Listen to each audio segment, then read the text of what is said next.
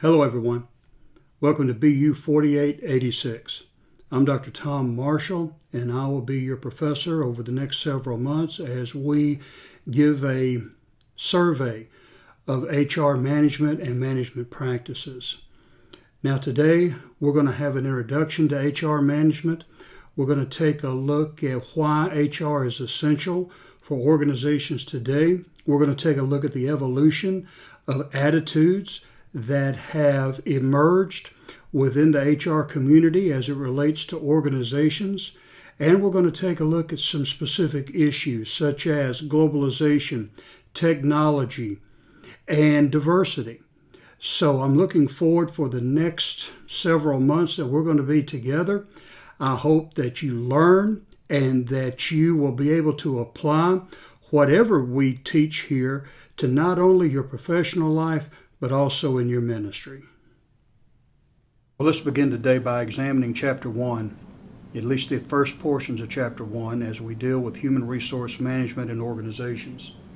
Now, some of you may not be familiar with human resource management. You may be in ministry, or you may be new to an organization, or you may be just taking this class to gain a better understanding of HR and what we call HR, HRM. It's all the same. It's human resource management. But that's okay, because whether you're in ministry or whether you're in the professional world, HR, or what we call human resource management, plays an important role in both of those entities. In fact, all types of organizational entities. As long as there are humans in it, you're going to need to understand the fundamentals of HR management. Now, this course is designed to introduce you to the fundamentals of this field. Now, in order to appreciate the role of HR and the role that it has, especially in business today, it's important to recognize the past. Now, in the past, HR or HRM was not considered to be very important to organizations. This was the department that handled payroll, firing, and administrative paperwork. They had no say in the organization. However, 3 events have occurred that have revolutionized business and the way they regard HR today. Now, those 3 events are globalization, technology, and diversity. These 3 revolutionary influences have changed the landscape of business in general, not just here in the United States, but globally. And it's changed the norms by which companies used to operate. As a result, HR is no longer an administrative entity. It's no longer just a necessary part of an organization that's not appreciated. Today, it's a strategic partner. Now, this course will consider these 3 elements that have revolutionized business and discuss HR's role in making sure organizations are keeping up with their many demands. Now, as this slide indicates, we have human resource management. Well, what does that mean? What is the definition of human resource management? Well, according to your textbook, human resource management designs formal systems in an organization to manage human talent for accomplishing organizational goals. Now, that's fairly simple, but this simple definition has profound implications in the organization. HR, as the name implies, deals with people. To give you an idea of how much HR has become involved in the people business, many companies don't identify HR as HR anymore. Rather, they call themselves the people department or the networking division. In the past, people were regarded as tools and not assets to a company. So in the past, when you dealt with people, you were dealing with just objects. The management really didn't regard the worker as anything other than someone necessary to achieve the organization's goals. At the turn of the 20th century, industrialization was just emerging. People were leaving the farms for the cities in hopes of a better life. They were uneducated, they were unskilled, and unable to demand any type of workers' rights. They were subjected to harsh conditions, and they were not allowed to concentrate and contribute anything more to that company other than what their bosses told them to concentrate on and to contribute. Their innovation and creativity, those were not recognized or even solicited. And the style of management was autocratic. That means you do what I tell you to do, period. No questions asked. Even if you think you have a better way of doing it, don't contribute at all. You just do what you're told to do. And the idea was that the managers knew what was best in every circumstance within that organization. Now, companies have had to adjust to the new demands that, as we said before, globalization, technology, and diversity has placed on them. And these demands now require organizations to gain a newfound appreciation for the worker. Instead of exploiting the worker as they did back then, organizations today are trying to develop them to make them a more holistic or a more complete worker, one who is able to meet the challenges of the job, but also contribute his or her experience, creativity, and innovation to improve organizational performance. Now, slide 3 talks about why organizations need HRM. Now, a large part of HR's responsibility is to develop workers. And this is what we see first of all. HR addresses worker engagement, performance, leadership development, and retention. Now, you might have heard around classrooms and in business these terms called organizational development or organization creativity, organizational training, innovation and creativity, learning organizations. These are all terms that indicate that shift in attitudes that organizations have now towards employees. They're no longer regarded as just tools, as I said previously. Today, they are assets that need to be developed. Organizations realize the importance and the value of investing in them to bring them about, to develop them to the point where they can become leaders within that organization. And if they are developing the worker, the premise is that they will stay. So your retention will improve. That's just one area of HRM. Another area is managing health care and retirement concerns, hiring and educating the right people. Now, one of the things that is becoming more evident in the workplace is that we have an aging workplace. Now, we're going to look at the evolution of the laws and why HR and how HR gets involved in the legal aspect of business. But one of the laws that have come out from the federal level is the Age Discrimination in Employment Act. Now, in the past, this act said that you cannot discriminate and you can't terminate anyone who is 40 years or older. Now that law has changed.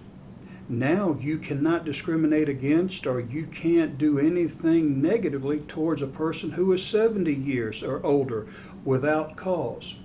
So just in that 30-year span or shift, you see organizations having to adjust to the healthcare concerns, the workplace safety of people who are quite advanced in age.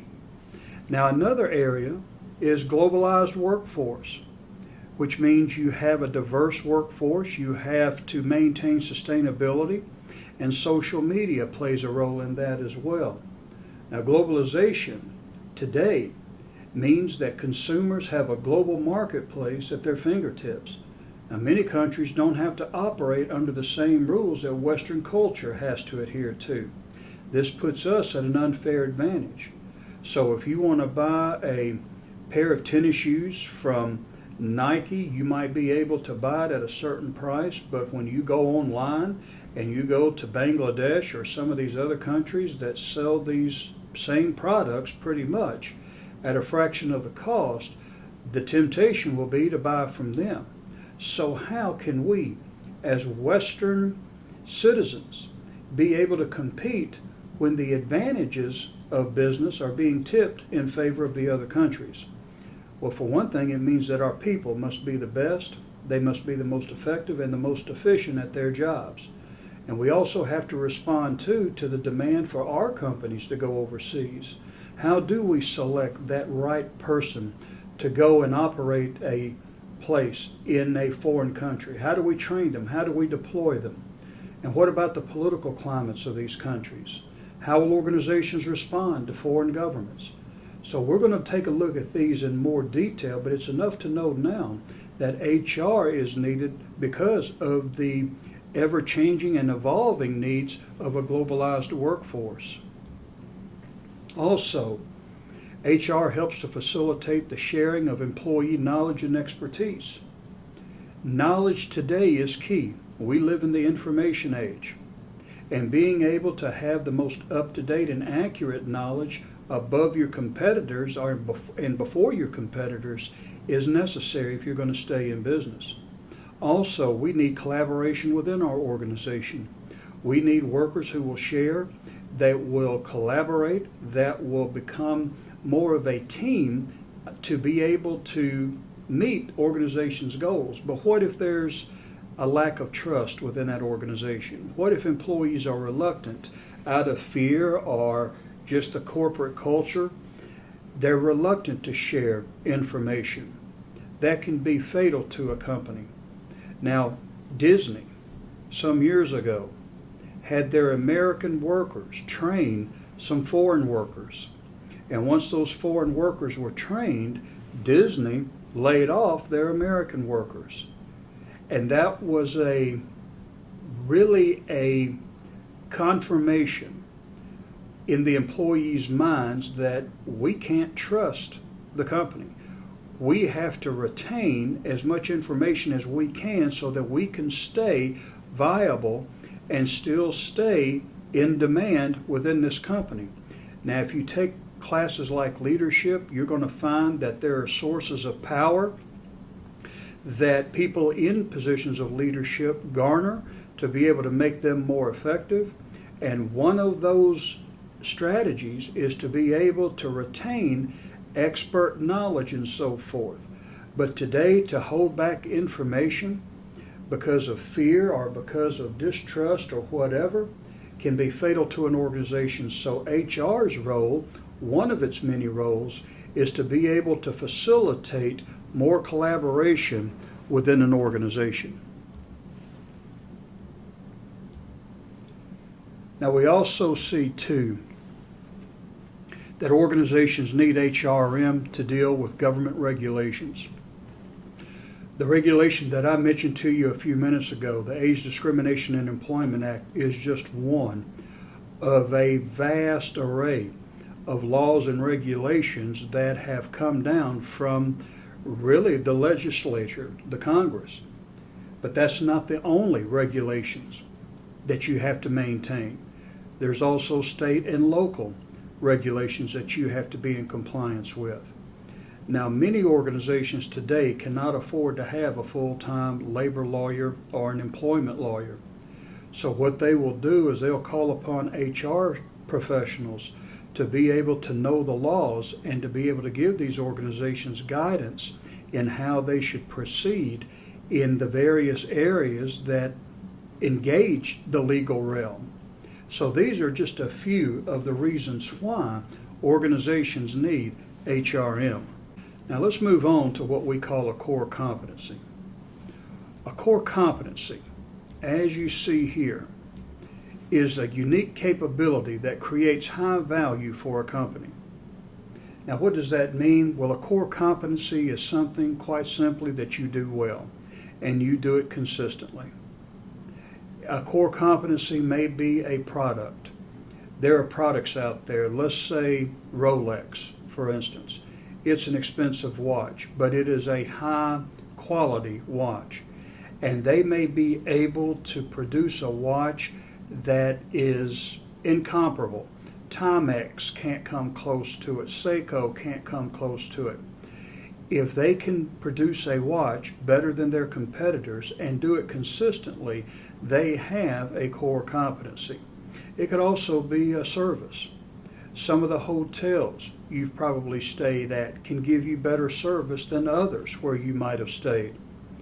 And for those hotels that can offer you the best service, that's a core competency. And chances are you're going to call upon them the next time you want to stay someplace. So a core competency is quite simply something that you do well. and you do it consistently. It could be a product, it could be a service, or it could be an entity within the organization. Now, your textbook and the slide talks about your HR department focusing on using people as a core competency. You know, there are some organizations that really are not very efficient in what they do.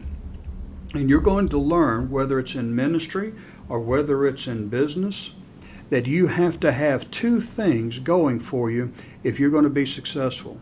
You have to be efficient and you have to be effective. Effective means that you get the job done. You meet your goals. However, efficiency means that you get the job done at the lowest cost. Now, you may be able to achieve your goals, but if it costs you more money than the goal is worth, then you still come out in the negative. You're not going to progress very far. So being able to, as an HR professional, be able to maximize efficiency and effectiveness within your people is a core competency. And the goal is to turn these core competencies into what you see here, a competitive advantage. A competitive advantage is something that you have over your rivals. They cannot compete with you in that specific realm. And the more competitive advantages you have, the more you're going to be able to dominate that market. So a core competency is something that's done well, and in our case, we want to make sure that we are using our human resources in a way that's going to maximize efficiency and effectiveness to be able to gain a competitive advantage over our rivals. Now, Figure 1.1 shows us the types of organizational assets. You have physical assets, and this is the plant and property, as we say in accounting. Walmart, for instance, has a physical asset, and that's their store. You can walk into Walmart, you can buy your products off the shelf at Walmart, so that would be a physical asset. You also have equipment that can be considered physical assets. Granger Trucking, those trucks are physical assets. So within an organization, the physical assets are those that are tangible. You can see them, feel them, touch them, whatever. Now, intellectual property is another asset. As I said before, we live in the information age. So knowledge, intelligence, these are things that we as companies want to gain ahead of our rivals, and we want the most accurate and up-to-date and most meaningful intelligence or information. So that would be intellectual property. Financial assets.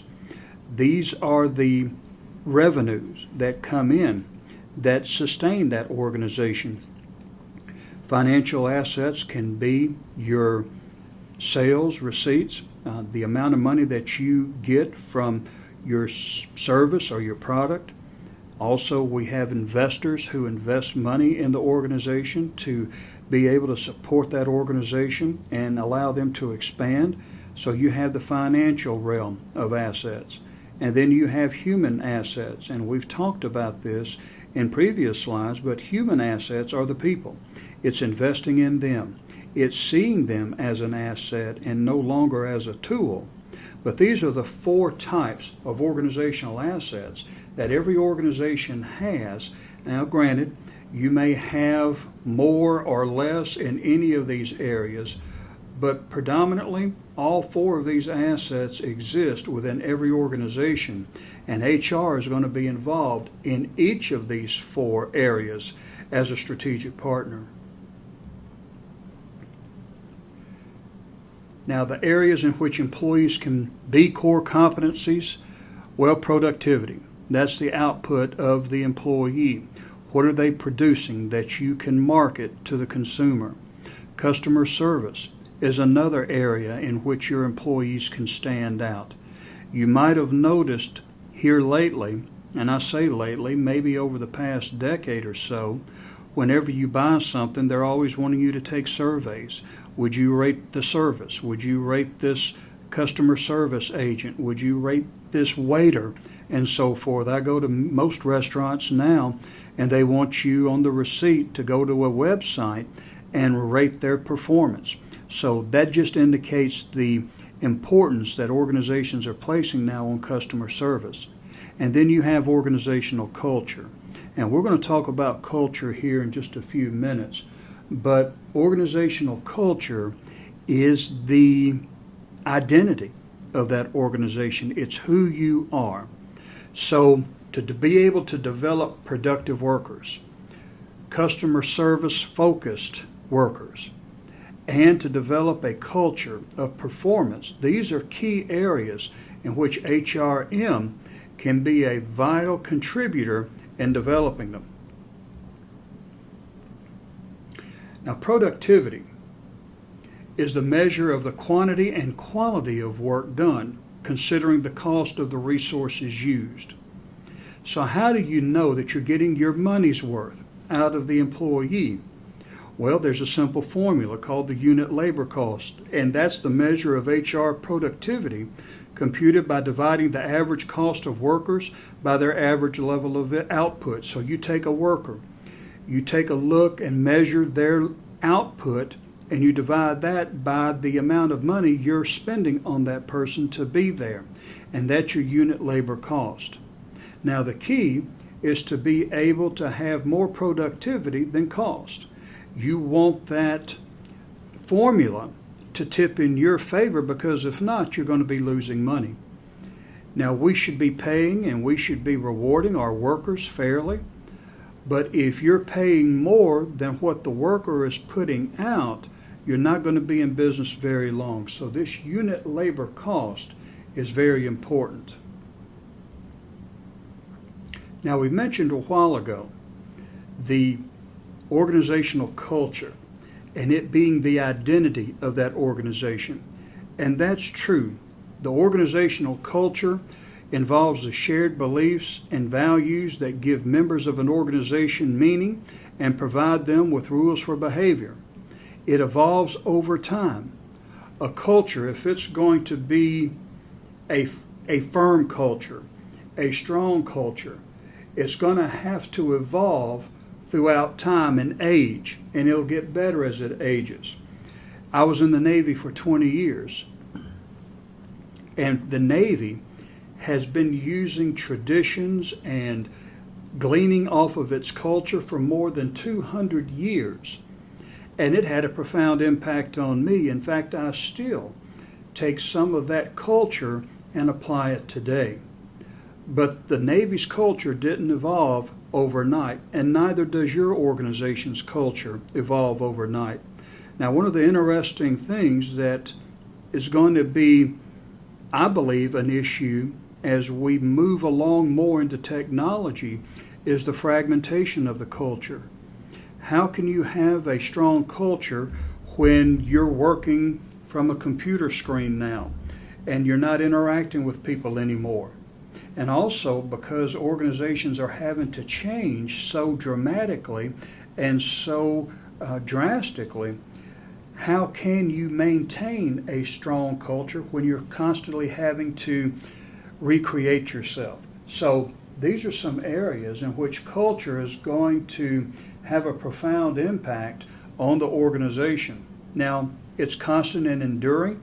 It lasts. And again, we see the fragmentation of culture today and the shifting identity that organizations take upon itself. So it'll be interesting to see how that all pans out. And then you see organizational culture. It constitutes the social environment. And what do we mean by that? Well, every culture has its rituals and rites and ceremonies and standards of behaviors and so forth that it deems important. Think about the culture in which you grew up. You had certain things and ways of doing things that your culture approved of. But that doesn't mean that the culture that you grew up in is the same as the country maybe on the other side of the world who has different values and they have different beliefs and so forth.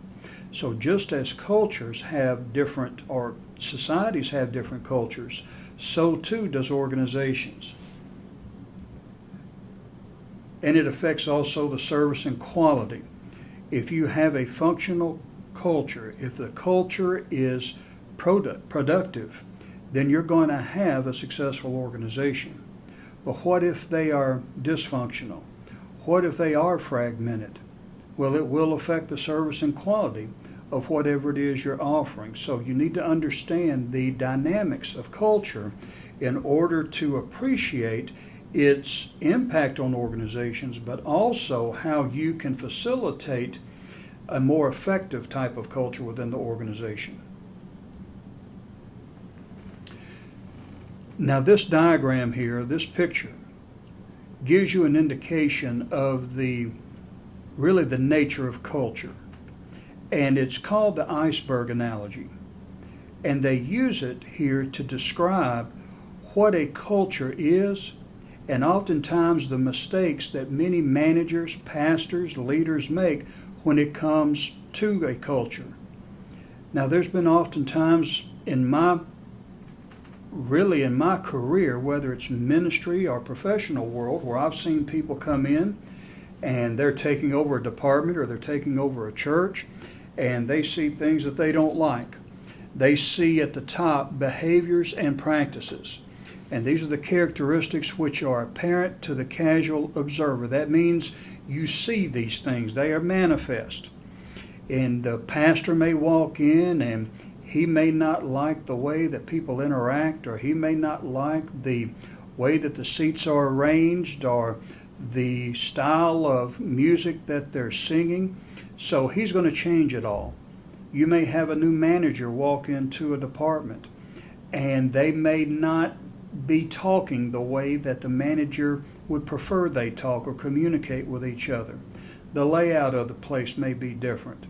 These are all the things that the person sees and is observed. And as you can see here in this example, these are the things that are above what we call the water line. These things that are observable, and they can be at least evaluated on its face. That means I can evaluate whether it's positive or negative based on my observation. And a lot of people, if they're not satisfied with it, will say, well, I'm going to change all of this. We're going to do things differently. Well, what you see on the top is nothing compared to what's on the bottom, because on the bottom you have what's not observed. These are the attitudes. These are the core values. These are the things that are much larger, tremendously larger than the behaviors and practices, but yet they support those behaviors and practices. So when you go in and you're going to change the church, or you're going to change a department, you think you're changing just the behaviors and practices, and those are the things that you're going to bump heads with. But really what you have run into is the mountain of attitudes and core values that support those behaviors and practices. Now, if you remember, you had the Titanic hit that little chunk of ice above the waterline. But instead of that iceberg moving, what happened? The Titanic sank, because the Titanic hit more than just a little sliver of ice. It hit a mountain, a wall of ice, and was not able to withstand it. And that's what I've seen a lot of times in ministry and in leadership. Managers who go in and all of a sudden they're going to change the face of everything. And instead of the organization changing, the managers, the leadership, they sink. Now, I want to talk to you today as we close out. We've got one or two more slides, but I want to talk to you today about the HR management functions and how they're influenced by the external environment. Now, we talked a little bit about the global environment, about how companies overseas don't have to compete the way that we do. So we have a disadvantage in many countries when it comes to the global nature of competition. We also have the environmental influence. Now, the environmental influence means that we are going to be socially responsible. Now, there's a term that you're going to hear if you stay in these courses called CSR, and that's corporate social responsibility. And this is a company's attitude and their behaviors towards a friendly environment. So the idea of giving back to the community, or making sure that you are maintaining all of the EPA standards and you are giving back to the environment, these things are important to be able to maintain a good reputation and subsequently sustainability within that industry. Also, you have cultural and geographic influences.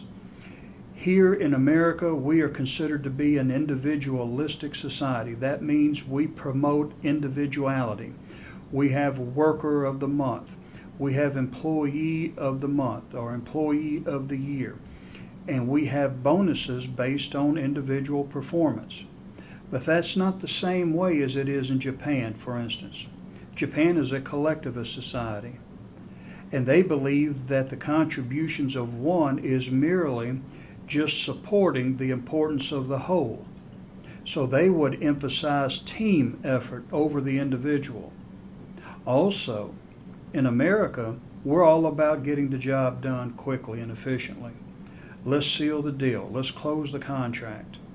So time is a big factor for Western businessmen and women. In Japan, they want to get to know you. They're more relational before they would even discuss a contract with you. Many of them want to play golf and have dinner with you and get to know your wife and your husband and your kids and all of that, so that there can be a bond of trust built before they even discuss business. So these are some of the cultural issues. What about women serving as business executives in countries that do not recognize women as independent and possessing power and ability? So these are some of the cultural elements that influence HR. Political. Now we have political turmoil to some extent here. Every time a new political party takes office, there are changes, and those changes have an impact on the way that we do business and so forth. But what about some countries where you can be operating for years and then all of a sudden a new government comes in and takes over by force? All of a sudden you no longer own that company overseas. They do. That means they own your plant, your property, all of the information that you might have had contained within that organization.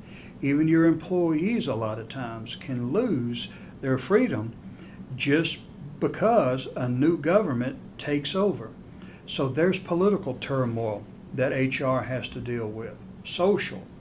Today we are in a tumultuous time with society. There are social issues going on today that affect the business. When you take a look at in the news that has been around, I think last year, several lines of clothing had to be taken off the shelf because people group, Black Lives Matter, White Lives Matter, Blue Lives Matter, all of this stuff. One of them was offended, and all of a sudden you've got to take a whole marketing strategy. Just it's wasted because of a people group that were offended by that. You have these social values now that are changing.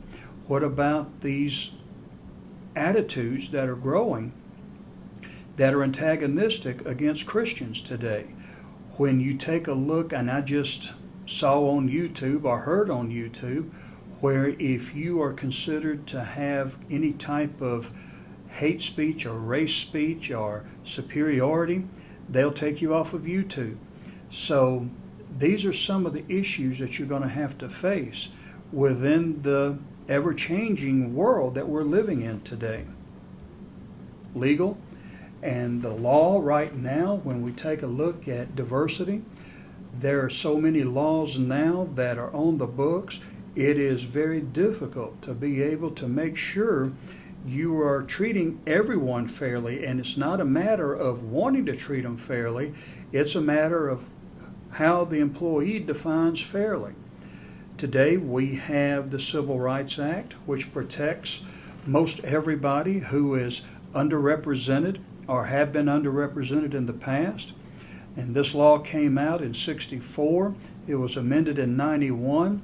And with that amendment, and we're going to discuss this in more detail, but with that amendment, profound changes have taken place in the workforce. So we have the legal realm that we have to deal with. And we're not just looking at it from a legal standpoint. As Christians, we have to be able to make sure everybody is treated fairly, and we are upholding the law. We also have the economic influence, which is the changing stability of economic systems. When you see that the Dow Jones is up and down and across the board, you see shifts that organizations are having to make to adjust to those changes. So economic stability is a major influence, especially when it comes to HR and how it deals with organizations. And then you have technology. Technology, even though it's an asset, is slowly replacing workers. When you go to Kroger, or you go to other grocery store where you may be living, or you may go to Walmart and you go to those self-checkout counters, you're taking someone out of the workplace because you've replaced them now with yourself. Technology has allowed you to do that. When we take a look at drones delivering packages, and we take a look at really machinery doing the work that humans used to do, we're seeing how technology is creeping in to the workforce.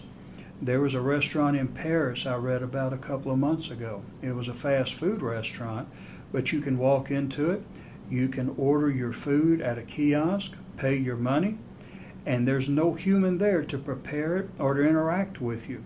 Once that order is submitted, robots fix your meal and bring it to you. So that's just one example of many of how technology is changing the landscape of work. Now, the final slide today talks about the mix of roles for HR departments. And as you can clearly see in the past on the left, the strategic role was very small. In fact, it was almost non-existent. And then you see at the bottom of that pyramid how they primarily dealt with the administrative realm of the organization. But look at how that has changed. In the future, and it's that way now, HR has become more of a strategic partner. And as they become more strategically oriented, the mundane administrative tasks are declining. So it'll be interesting to see how HR will evolve, not just from where it was, but where we're going into the future, and how much of an impact it's going to have on organizations. Well, everyone, I think we're off to a good start. Today we looked at some of the pertinent aspects of HR and the need for HR managers. We took a look at globalization, how the changing nature of the world has shaped organizations so that they need HR professionals. We also took a look at diversity and some of the legal considerations and how we as good stewards of God's creation should be ethical and professional individuals in the workplace. And we also took a look at technology and how the changing demands of technology have created a whole different world out there as far as organizations are concerned. And to leverage technology today is not just a luxury, but it's going to be a necessity. Now, tomorrow, we're going to be taking a look at some more introductory elements of HR management. So make sure you keep up with your reading, and I'll see you tomorrow.